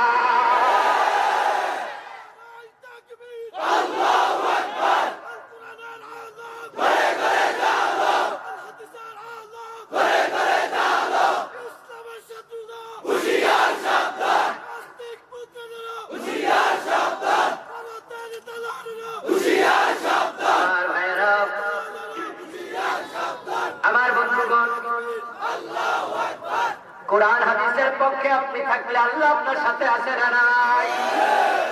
ভয় পাওয়ার কিছু নেই। দুঃখ নিয়ে জন্ম যাদের, তাদের আবার দুঃখ কিসের? ব্যঙ্গের সত্যি হয় না। কারণ তার জন্ম পানিতে।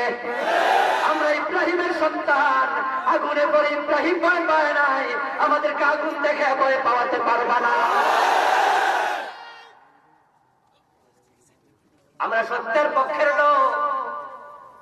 আমার বন্ধু ইসলামের রাস্তায় চলতে গেলে বিপদ হয়, মুসিবত হয়, এটা নতুন কোন খবর।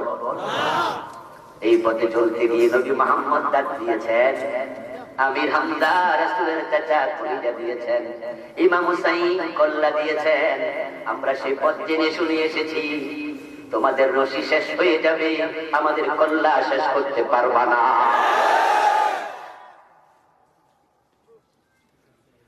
নবী এবং রাসূলেরা দাওয়াত নিয়ে এসেছেন, আমরা তাদের পথে দাওয়াত দেই। আমরা তো চাপায়া দেই না। তোমরা কেন আমাদের ঘাড় মটকাইবা, কেন আমাদের হাত ভাঙবা?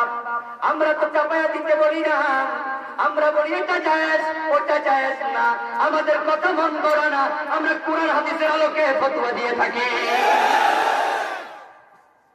এখন তোমরা তো, আমরাও তো আলেম, আলিফ বা তা তো পশু। তাই হুজুরদের ফতোয়া তোমরা ভুল করতে আসো। আলিফ বা তা পড়ো ভালো, সিম হা খাও পড়ো, কোনো অসুবিধা নাই, কিন্তু বলে যেও না প্যারাসিটামল হিস্টাসিনের নাম মুখস্থ করে ডাক্তার হওয়া যায় না, আলিফ বা তা পড়ে বিজ্ঞানে হওয়া যায় না।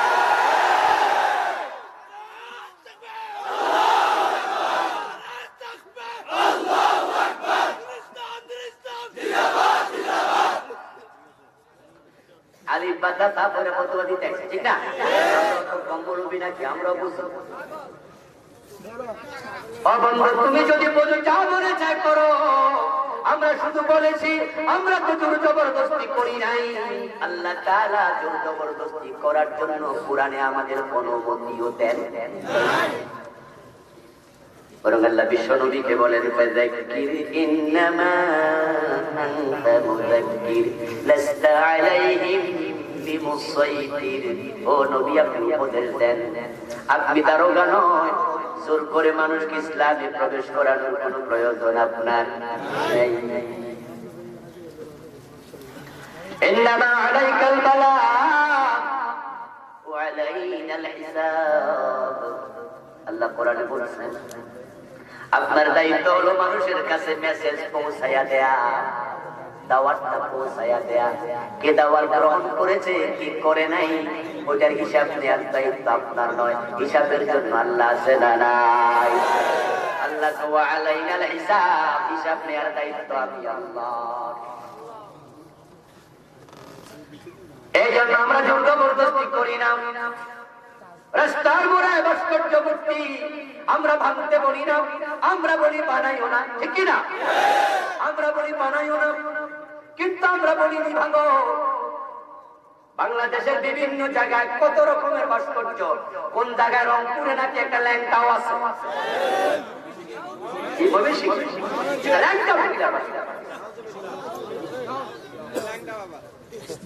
আমার ভাইয়া কুষ্টিয়ায় কে বা কারা ভাস্কর্য ভাঙচুর করেছে, তার সাথে কিন্তু আমরা একমত নই। কান খুলে শুনুন, ইব্রাহিম আলাইহিস সালাম ভেঙেছেন, আপনিও ভাঙবেন, এটা আপনি করতে পারেন না, কারণ ইব্রাহিমের উম্মত আপনি নন। নবী মুহাম্মদ সাল্লাল্লাহু আলাইহি ওয়াসাল্লাম দিন বিজয়ী হওয়ার আগে মূর্তি ভাঙেন নাই। যখন তিনি সপ্তম হিজরিতে উমরাতুল কাযা করতে গেলেন, ষষ্ঠ হিজরিতে রওনা দিয়েছিলেন, হুদায়বিয়া সন্ধি হলো, উমরা না করে মদিনায় ফিরে আসলেন। সেখানে শর্ত হলো, আগামী বছর আসবা, 3 দিনের বেশি থাকতে পারবা না। বিশ্বনবী সপ্তম হিজরিতে আবার গেলেন, 3 দিন ছিলেন, উমরা করলেন, তাওয়াফ করলেন। মক্কার ভিতরে বাহিরে 360টা মূর্তি কি ছিল না? রাসূল কি কাবার দিকে ফিরে নামাজ পড়েন নাই? যখন তাওয়াফ করছেন তখন কি মূর্তিগুলো কাবার ভিতরে ছিল না? কয়টা ভাঙছেন? কারণ তিনি মূর্তির বিরুদ্ধে দাওয়াত দেন, কিন্তু ভাঙেন নাই, কারণ তাদের বিজয় এখনো হয় নাই। পরের বছর যখন দিন বিজয় হয়ে গেল, অষ্টম হিজরিতে মক্কা বিজয়, এখন মক্কায় আর কাফের নাই। যে কয়জন ছিল সবাই কালেমা পড়ে ফেলছে, সুবহানাল্লাহ। যার নেতৃত্বে এতদিনে শিরিক জীবিত ছিল, আবু সুফিয়ান মক্কা বিজয়ের দিন কালেমা পড়ে মুসলমান হয়ে গেল। যে কয়জন কাফের ছিল, ঈমান আনে নাই মক্কা বিজয়ের দিন, তারা সবাই হুনাইনে পালায়া চলে গেল। কোথায় চলে গেল? হুনাইনে চলে গেল। আবার অনেকে এদিক সেদিক পাহাড়ে আহমার দিয়া পালায়া মিশরের দিকে পালায়া গেল, এদিকে ওদিকে পালাতে থাকতো। পুরা মক্কা এলাকাতে এখন আর একজন মুশরিকও নাই। এখন কাবা বিশ্বনবীর অধীনে উনার হাতে দিন বিজয় হয়ে গেছে। এখন তো মূর্তি পূজা করার লোক নাই, এখন মূর্তির প্রয়োজন আর নাই। দিন বিজয় হওয়ার পরে তিনি মূর্তি ভেঙেছেন, এর আগে নয়। আমরাও ঠিক তাই বলি, তাই বলি। আমরা তোমাদের বলি এটা করো না, এটা করো না, এটা হারাম, এটা হারাম। ওলামায়ে কেরামের ফতোয়া তোমরা গ্রহণ যদি না করো, আল্লাহর কাছে তোমাদের জবাব দিতে হবে। আমরা মূর্তি ভাঙতে বলবো না, ইসলাম অনুমতি দেয় না এখন, কিন্তু দিন যদি বিজয় হয় একটাও থাকবে না। এটা রাসূলুল্লাহ সুন্নাহ। নবী এবং রাসূলুল্লাহ দাওয়াত দিতে এসেছেন, আমরাও দাওয়াত দেই, কিন্তু দাওয়াতি কাজে বাধা দিও না। নবীদের দাওয়াতি কাজে বাধা দিয়েছে যারা, তারা ধ্বংসের হাত থেকে বাঁচতে পারে না। আবু জেহেল বাধা দিয়েছে, শেষ হয়ে গেল। ফেরাউন বাধা দিয়েছিল, শেষ হয়ে গেল। নমরুদ বাধা দিয়েছিল, শেষ হয়ে গেল। আল্লাহ কোরআনে তাদের আলোচনা করে আপনাকে আমাকে বুঝায়, দিনের পথে বাধা দিলে তোমার অবস্থা তাদের মতোই। ও ভাই আমার, ফেরাউনের লাশটা আল্লাহ দুনিয়ায় কেন রাখছে এখনো? একটা মাত্র কারণ, যে কারণ তিনি কোরআনে বলছেন। হাফেজ সাহেব একটু বলুন আমার সাথে, আল-ইয়াওমা নুনাজ্জিকা বিবাদানিকা লিতাকুনা লিমান খালফাকা আয়া। আওয়াজ দিয়ে বলেন সুবহানাল্লাহ। আল্লাহ তাআলা বলেন, ফেরাউন নবী মূসার সাথে দাওয়াতি কাজে বাধা দিছ, দুশমনি করছ। নবী মূসা কি ফেরাউনের মাথায় বাড়ি দিয়েছিল? কথা বলতে হবে আপনাকে। বাড়ি দিয়েছিল? ফেরাউনের জমি দখল করছিল, ঘর বাড়ি দখল করছিল, একটা সাদা চাইছিল। নবী মূসা চাঁদা চায় নাই, ঘর বাড়ি দখল করে নাই, ফেরাউনের মাথায় বাড়ি দেয় নাই, শুধু দাওয়াত দিয়েছে ইসলামে, ঠিক কি না? দাওয়াত দিয়েছে বলো লা ইলাহা ইল্লাল্লাহ, বলো আল্লাহ ছাড়া ইলাহা নাই। দাওয়াত দিয়েছে, কাউকে জোর করে মুসলমানও বানায় নাই। লা ইকরাহা ফিদ্দীন, দিনের ব্যাপারে জবরদস্তি করা যাবে না। লাকুম দীনুকুম ওয়ালিয়া দীন, শুধু দাওয়াত দিবা, সে যদি ইসলাম গ্রহণ না করে সেজন্য তুমি দায়ী হবে না। কিন্তু ফেরাউন তাকে বাধা দিল, নবী মূসাকে হত্যা করার ষড়যন্ত্র করলো, বনি ইসরাঈলের লোকদেরকে তার দাসী বানায় রাখলো। আল্লাহ বলেন, আসরি বিইবাদি ইন্নাকুম মুত্তাবাউন। এই পরিবেশে থাকা যায় না মূসা, রাতের বেলায় আমার বান্দাদেরকে সাথে নিয়ে তুমি চলে যাও মিশর ছেড়ে। ফেরাউন মিয়া কয়, দাওয়াত দিতাম না, ফলাইতেও দিতাম না, পিছন দিয়া দাওয়া করছে, ধরে এনে সুরে ছড়াইয়া দেবে। সীমা লঙ্ঘন করেছে, আল্লাহ এখন তোরার সারা। আল্লাহ বলেন, ফেরাউন তোরা আমি পানিতে ডুবাইয়া মারলাম, কিন্তু নুনাজ্জিকা বিবাদানিক, তোর দেহটারে আমি বাঁচাইয়া রাখলাম। পানিতে গোসল করতে দেব না, পচতে দেব না, তিনি হাঙ্গর খাইতে দেব না, তোকে আমি রেখে দিলাম। সাথে মারা গেছে আরো হাজার হাজার সৈন্য, সব পচে গেছে, গলে গেছে। মাছে খাইছে, তিমি খাইছে, কুমিরে খাইছে, হাঙ্গরে খাইছে। ফেরাউনের তোরে না তোরে রাইখা দিলাম। 3100 বছরের বেশি সময় ফেরাউন পানির মাঝে ছিল, তার দেহ সামান্য পচন দরে নেই। বছর 3 আগে আমি ফেরাউন মিয়ারে চাইতে গেছিলাম, মিশরের ন্যাশনাল মিউজিয়ামে ঢুকলাম, ওনার কাছে গেলাম দেখার জন্য। আল্লাহ ওনারে রেখে দিছে কেন? শিক্ষা নেওয়ার জন্য গেলাম, দেখি কি শিক্ষা পাই। দেখলাম শটান শুয়ে আছে, আঙ্গুলের নখের দিকে তাকায় আমার মনে হলো এই নখগুলো মনে হয় উনি গতকালকে মারা গেছে। একবারে আমার নখের দেহটা হয়ে গেছে, মাংসের সাথে একবারে চামড়া কাকার হাড্ডি হয়ে গেছে এভাবে মিশে। কিন্তু কানের পাশের চুলগুলো মনে হয় যেন এই তো জীবিত লোকের চুল, নষ্ট হয় নাই। আল্লাহকে তোরে আমি রেখে দিলাম লিতাকুনা লিমান খালফাকা আয়া। আমার উদ্দেশ্য হলো নতুন নতুন ফেরাউন যারা হতে চায় তোর লাশ থেকে তারা শিক্ষা নেবে, তাদেরকে ডুবানোর ক্ষমতাও আল্লাহর আছে।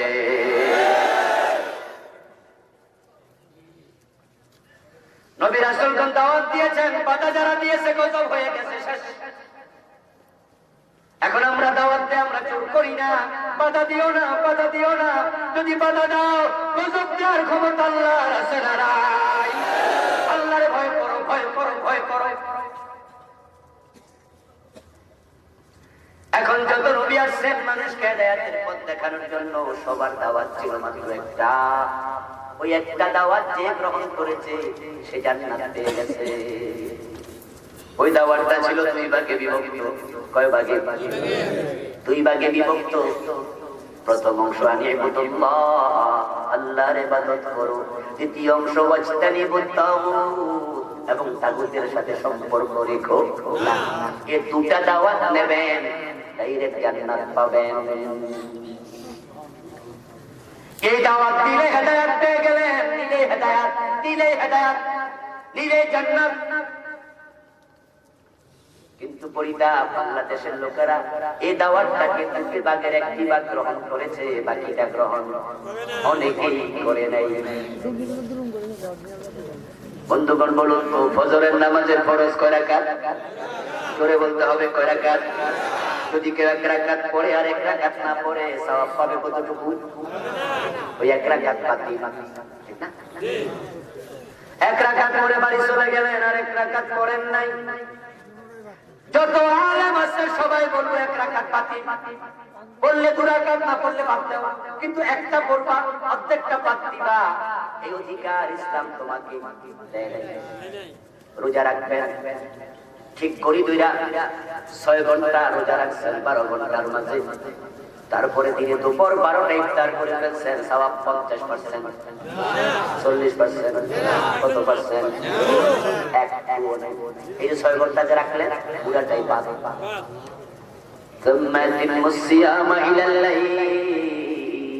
রাখলে সূর্য ডুবা পর্যন্ত রাখতে হবে। কিছু রাখবা, কিছু রাখবা না, সুবিধা বা চিন্তা বাদে মোমেন হতে পারবা না।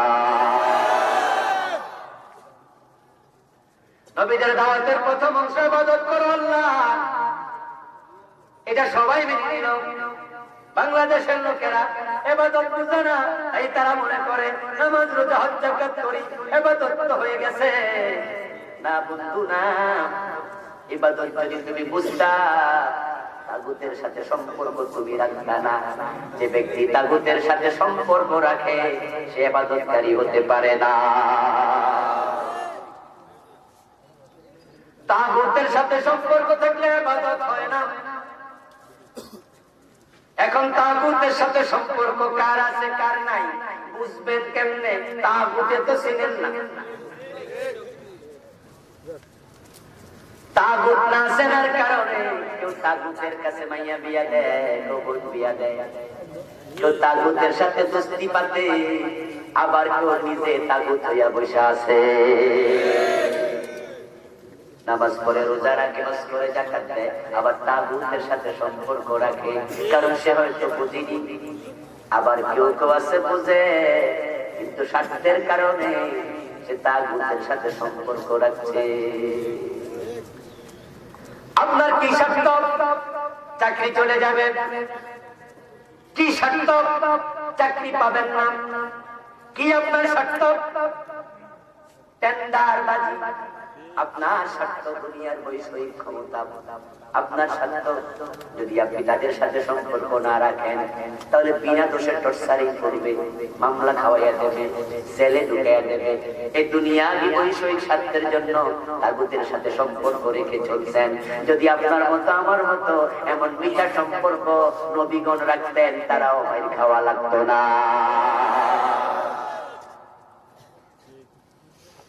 এখন আপনার আমার চিন্তা হলো আল্লাহ কো খুশি রাখো, মগর শয়তান কো বেজার না করো।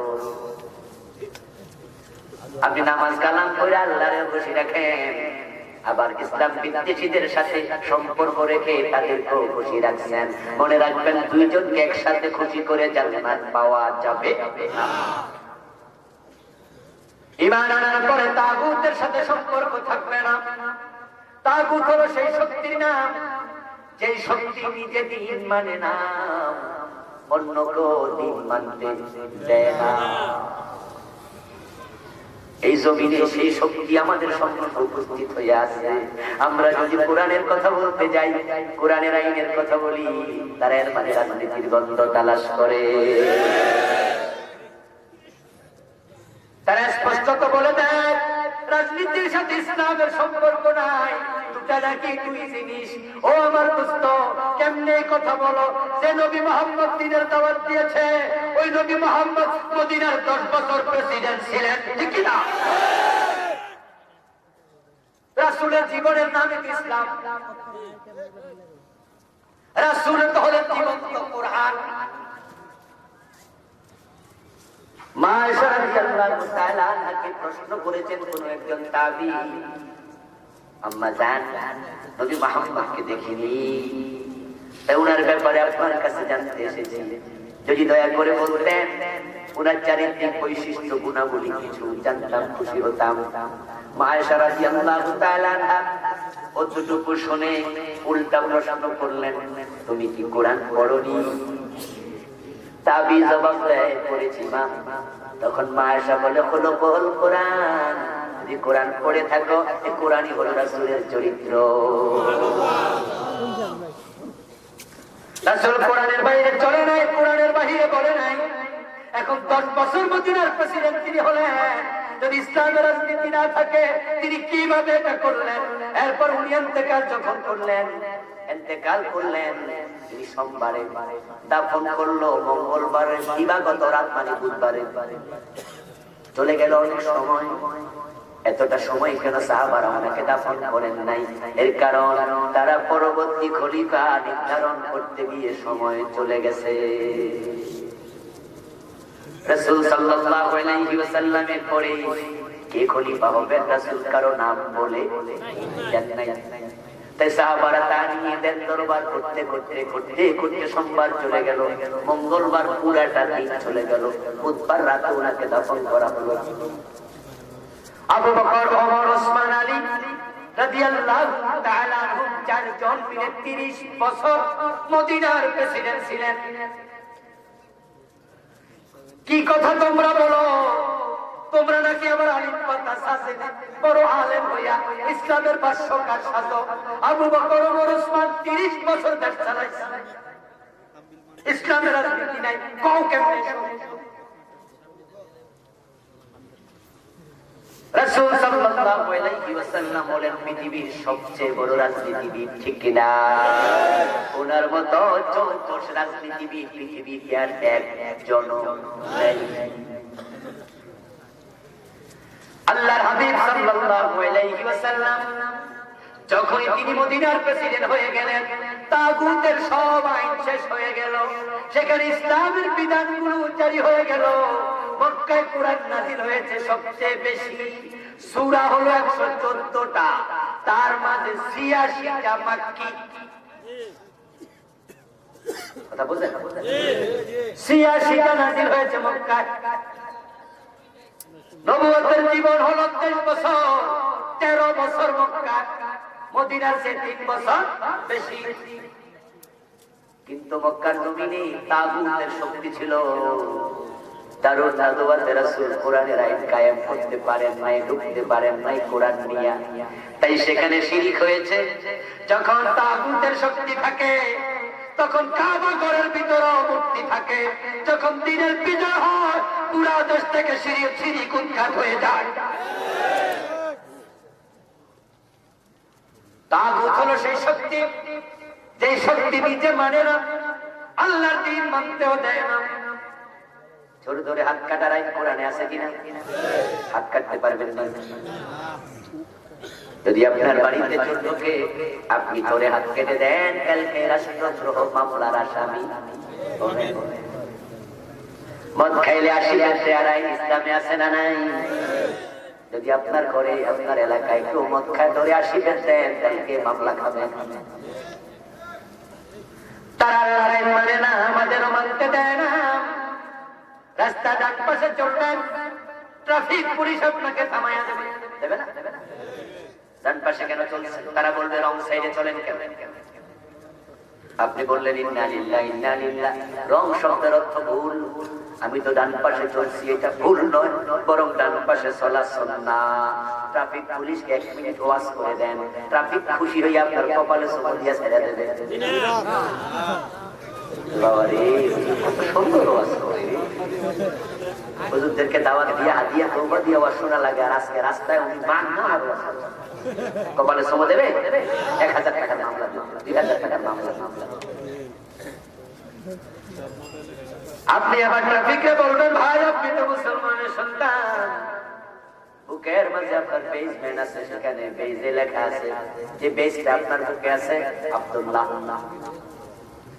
আপনি তো আল্লাহর বান্দা, মুসলমানের সন্তান, আমার বিরুদ্ধে মামলা দিলেন কেন? উনি বলল, হুজুর আমি তো আপনার সাথে পার্সোনাল দুশমনি করি নাই। এইভাবে রাস্তায় যদি আপনি ডান পাশে চলেন, মামলা দেওয়ার আইন তো আমি বানাই নাই। আইন বানানোর জন্য যারা আছে জিগাইবে, হেরারে জিগান। আমি চাকরি করি, চাকর হিসাবে। মামলা বাগানোর জন্য কোর্টে যাবেন, কোর্টের হাকিম বলবে, হুজুর 2000 টাকা দিয়ে তারপরে কাগজপত্র নিয়ে যান। আপনি বলবেন, হাকিম সাহেব, অফিসার আমার 2000 টাকা জরিমানা করলেন, আমি তো রাসূলের সুন্নাহ মেনে চলছিলাম। ডানে চলো, রাসূল বলেছেন ডান হাতে খাও, ডান পাশে চলো। ইউহিব্বুন নবী সাল্লাল্লাহু আলাইহি ওয়াসাল্লাম তায়াম্মুনা। রাসূলুল্লাহ ডান পাশ পছন্দ করতেন, হাত্তা তানাউলিহি ওয়া তারাজ্জুলিহি ফি আমরিহি কুল্লি। উনি যখন জুতা পায়ে দিতেন তখন ডান পায়ে আগে দিতেন, যখন বিশ্ব নবী মাতার চুল সিঁথি কাটতেন তখন ডান পাশে আগে কাটতেন, যখন খেতেন প্রতিটা কাজে ডান পাশ পছন্দ করতেন। ও মিয়া 2000 টাকা জরিমানা করবেন, আমি তো একটা সুন্নাহ মানছি, আপনিও তো মুসলমান। আপনার রুমের মাঝে আমি দেখছি নাম লেখা আব্দুল করিম, আপনি কেমনে জরিমানা করেন? আমি তো সুন্নাহ মেনেছি। হাকিম সাহেব অফিসার বলবে, আইন তো আর আমি বানাই নাই, যারা আইন বানাইছে তাদেরকে জিজ্ঞাসা করেন। তাহলে আমরা বুঝে নিয়েছি, যারা আল্লাহর আইনের বিপক্ষে আইন বানায় তারাই হলো তাগুত।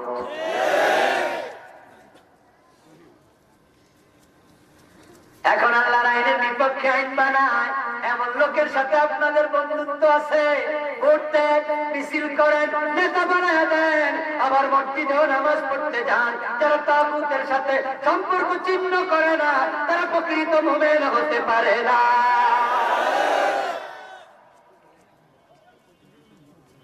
এখন প্রকৃত মুমিন হওয়ার জন্য আল্লাহর ইবাদত করতে রাজি হওয়া লাগবে, তাগুতের সাথে সম্পর্ক ছিন্ন করতে রাজি হওয়া লাগবে।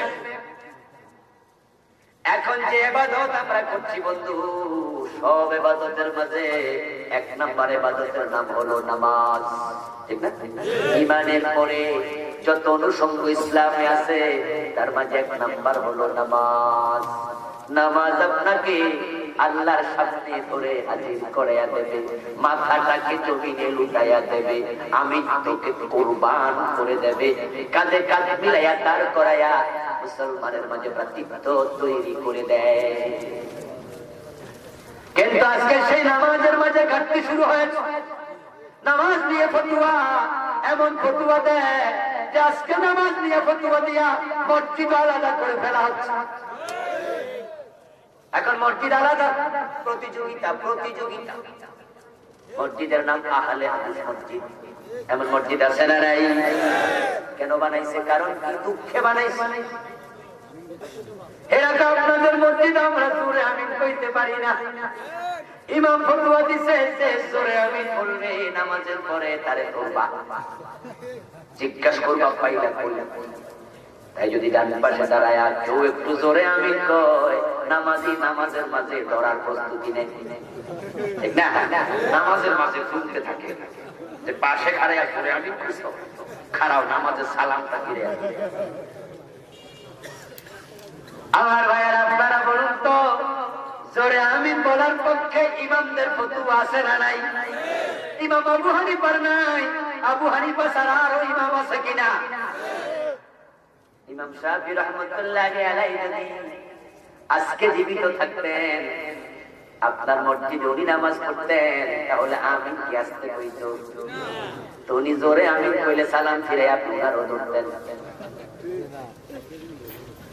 মসজিদে বের করে দাও, আস্তাগফিরুল্লাহ। মসজিদ কি তোমার বাবা? এ ফতোয়া কেমনে দিলা? নামাজ হবে ঐক্যের সূত্র, নামাজ একাকার হয়ে যায় মুসলমান। কাঁধে কাঁধ মিলাও, পায়ে পা মিলাও, ইমামের পিছে দাঁড়াও। ইমাম সামি আল্লাহু লিমান হামিদা বলবে, এমপি হওয়ার মন্ত্রী হও, মাথা তুলে দাঁড়ায় যাও। মুসলমান, এই শিক্ষা নিয়া তোমরা যদি মসজিদের বাইরে এক হয়ে যেতে পারো, এই দেশে আল্লাহর দ্বীন কেউ ঠেকাতে পারবে না।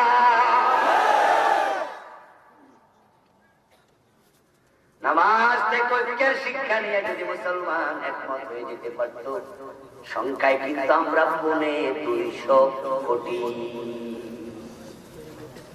আমরা কিন্তু সংখ্যায় কম নই। ধারণা করা হচ্ছে আগামী 50-60 বছর পরে মুসলমান হবে পৃথিবীর জনশক্তির দিক থেকে 1 নাম্বার।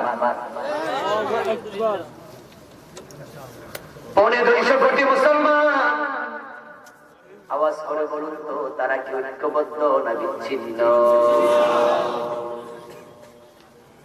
আমাদের দেশও কিন্তু কম নয়, দেশ হলো 65টা, 65 কান্ট্রিজ, 57টা ওআইসি সদস্য, দেশ আছে 65 মুসলিম, সংখ্যায় কম নয়। পৃথিবীর মাঝখানে আমরা আছি। কাবা হলো পৃথিবীর নবী। আল্লাহ তাআলা কাবার চারপাশের দেশগুলো ইসলামী রাষ্ট্র উপহার দিয়েছেন। তিনি মুসলিম রাষ্ট্রগুলোকে আল্লাহ তাআলা এক জায়গায় করে দিয়েছেন। আপনি দেখতে পাবেন কাবার পাশের রাষ্ট্র সৌদির পাশে কুয়েত, দুবাই, কাতার, ঠিক না? প্রায় এবং বন্ধু, শুধু কাবা পৃথিবীর নামই তিনি আল্লাহ তাআলা আমাদেরকে নেয়ামতের দিন, বরং তিনি খনিজ সম্পদের 65% উপরে দিচ্ছেন মুসলমানদের হাতে।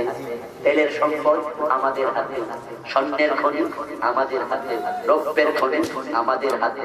মুসলমানরা দ্বিধা বিভক্ত না হইয়া, বিচ্ছিন্ন না হইয়া, যদি নামাজ থেকে শিক্ষা নিয়া কালকে তারা এক হয়ে যেতে পারে, 57টি মুসলিম রাষ্ট্র ওআইসির সম্মেলন কইরা একটা ঘোষণা দিতে পারে, মুসলমানের উপর জুলুম থামাও। আমেরিকাকে আওয়াজ করে বলে, যদি না থামাও আমরা তেল দেব না, ও রাশিয়া তেল দেব না, ও ফ্রান্স তেল দেব না, ব্রিটিশ তেল দেব না। একটা ধমক দাও, 6 মাস তেল দেয়া বন্ধ করো। 6 মাস পরে কাফেরদের বিমান আকাশে উঠবে না। তেল আল্লাহ তোমাদের হাতে দিয়ে রাখছে। কিন্তু পরিতাপ, আমরা ফতোয়া দিয়া যেমন মসজিদ আলাদা করছি, আমরা দেশও আলাদা করছি, চিন্তাও আলাদা করছি। আমরা এখন এত বিভক্ত, ইরাকরে মারলে কুয়েত খুশি হয়, কুয়েতরে মারলে সৌদি আরব খুশি হয়। মুসলমান পিটাইলে আরেক মুসলমান খুশি, লামাযাবি পিটাইলে মাযহাবি খুশি, পীরের মুরিদ পিটাইলে গায়রে পীরের মুরিদ খুশি, হুজুর পিটাইলে স্যার খুশি, স্যার পিটাইলে হুজুর খুশি। আর কাফেররা এই বিভক্তির সুযোগ নিয়ে এক এক করে মুসলমান জবাই করছে, শেষ করে দিচ্ছে। ভারত সরকার কাশ্মীরে মারে মুসলমান, ঠিক ওই সময় দুবাই সরকার নরেন্দ্র মোদীরে দাওয়াত দিয়া নিয়া স্বর্ণের মেডেল উপহার দেয়। কার দুঃখ কারে কই? সমস্যা আমাদের ভিতরে, তাই সংশোধন দরকার আছে না? আমার বন্ধু ভারত যখন কাশ্মীরে মারে, বাংলাদেশ সরকার কয় আমার কি, আমারে তো বড় বড় পেঁয়াজ দেয়। কাশ্মীরে বুলেট দেয়, আমাদের পেঁয়াজ। মায়ানমার সরকার যখন ওখানে মুসলমান মারে, আমরা খুশি, আমাদের সরকার না, আমার কি, ওরা তো আমাদেরকে ধান দেয়, আমাদেরকে কম দেয়। আমেরিকা যখন ইরাকে মারে, আমরা তো খুশি, আমাদেরকে ডলার দেয়। বিশ্ব ব্যাংকে বলে দিছে এত হাজার কোটি টাকা ঋণ দেও, এডিবি দেয়, কি দেয়, ইউএন দেয়, আমাদেরকে দেয়। আপনার আরো কত সংস্থা যেগুলো সরাসরি আমেরিকার নিয়ন্ত্রণে চলে, আমরা কই খুশি, ওরারে মারলে আমার কি। অথচ দোস্ত ভুলে যেও না, আস্তে আস্তে করে বিপদ তোমাদের গায়েও আসবে। যতদিন তাদের সাথে তাল মিলাইয়া চলো, ততদিন বলবে জি যাবো না, বললে ঠিক আছে, একটু যদি ব্যতিক্রম করো তোমাদের উপায় থাকবে না। মায়ানমারের লোকেরা পলানোর জায়গা পাইছে, তোমরা পলানোর জায়গাও পাইবা। সময় থাকতে ঐক্যবদ্ধ হয়ে যাও। কিন্তু পেঁয়াজ পাইয়া, তেল পাইয়া, টাকা পাইয়া আমার কি, আমারও তো দেয়। গৃহস্থ বাজার থেকে ছাগল কিনে আনছে, ছাগল কিনে এনে ঘরে রশি দিয়া খুঁটির সাথে বাঁধছে। ফজরের পর পর বকবকা, আকাশ পরিষ্কার হচ্ছে, অন্ধকার চলে গেছে। ছাগলে তাকায়া দেখে পাশের খুঁটির সাথে একটা গাদা বাঁধা আছে। কিছুক্ষণ পরে মালিক ঘরে ঢুকে এতগুলা কাঁঠাল পাতা ছাগলের সামনে দিচ্ছে, খা। ছাগল পাতা গুলা, আপনার কাঁঠাল পাতা গুলা খাইয়া দাঁত নাড়াইয়া নাড়াইয়া ইশারা দিয়ে কয়, কিরে গাদা, এই বাড়িতে কত বছর ধরে থাকস, কিন্তু কাঁঠাল পাতা তোর কপালে নাই, আমারে খাওয়া। সকাল 10টার দিকে বেটা সরিষার তেল আইনা সুন্দর করে গায়ে মাখে। ছাগলের সিংহের মাঝে কালো কালার করছে, কালো একবারে কি সুন্দর করে কালো রং দিয়া মাখছে। ছাগলটারে ইয়া তেল তেল শরীর লইয়া গোসল করাইছে, একবারে গামছা দিয়া মুছছে, গলের মাঝে ছোট্ট একটা মালা দিয়া দিছে। ছাগল খুশি কারে কয়, গাদার দিকে তাকায়া কয়, এই বাড়িতে কত বছর থাকস, তোর যত্ন নাই, আমার যত্ন দেখ কারে কয়। গাদা বিরক্ত হইয়া কয়, বেশি কথা কইস না, সামনে শুক্রবার কোরবান।